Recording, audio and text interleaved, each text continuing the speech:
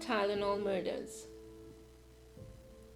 In September 1982, 12-year-old Mary Kellerman passed away shortly after taking extra-strength Tylenol capsules.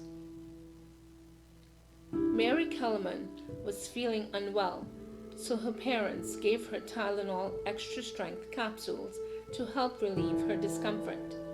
However, shortly after, Mary collapsed. She was rushed to the hospital where she was pronounced dead. No one knew it yet, but Mary had been murdered.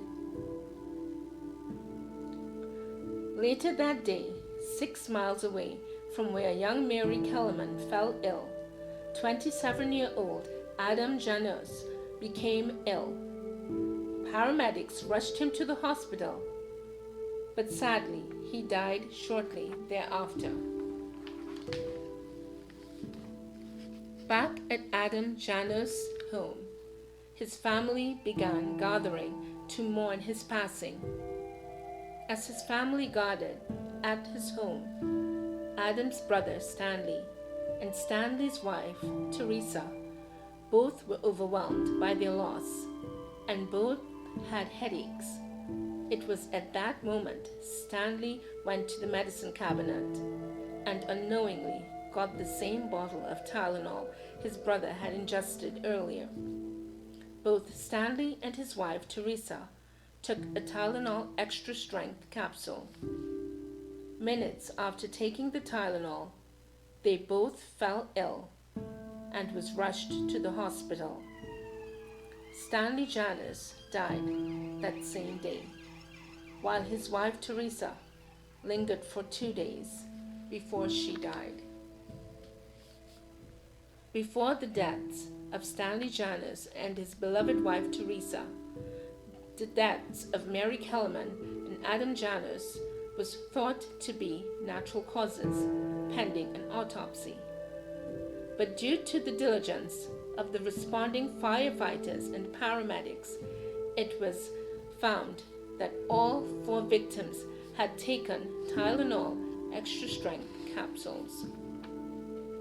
All of the bottles of Tylenol were taken in for testing, and it showed that the Tylenol capsules were laced with potassium cyanide.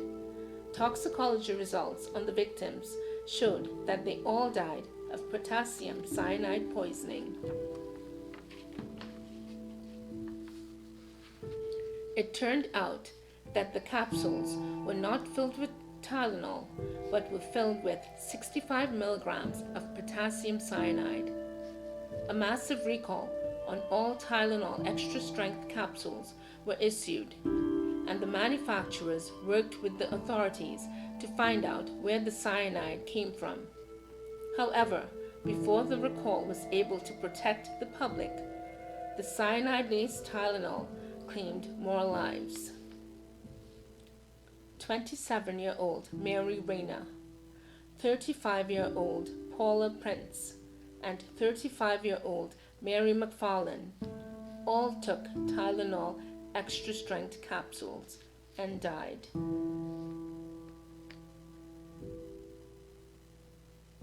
During all of this, Johnson & Johnson worked with the police to warn the public of the tainted capsules and began triple sealing all of their products to prevent tampering. A man by the name of James Williams Lewis contacted Johnson & Johnson, claiming he was responsible for the cyanide-laced capsules. He was arrested after demanding $1 million in exchange for him to stop. And although he was not found guilty, he was imprisoned for extortion. The investigation that ensued proved that the manufacturers were not responsible. It was proved that the bottles were tampered with after they left the manufacturer. Someone had emptied out the contents of each of the 8 bottles that were tampered with, and and refilled the capsules with potassium cyanide, then placed them back on store shelves. Although there was a huge manhunt, there were few suspects, and to this day, the Tylenol murderer has not been found. However, because of the murders, it sparked a huge change in America, and the quality control of pharmaceuticals increased, and so did the security of their packaging.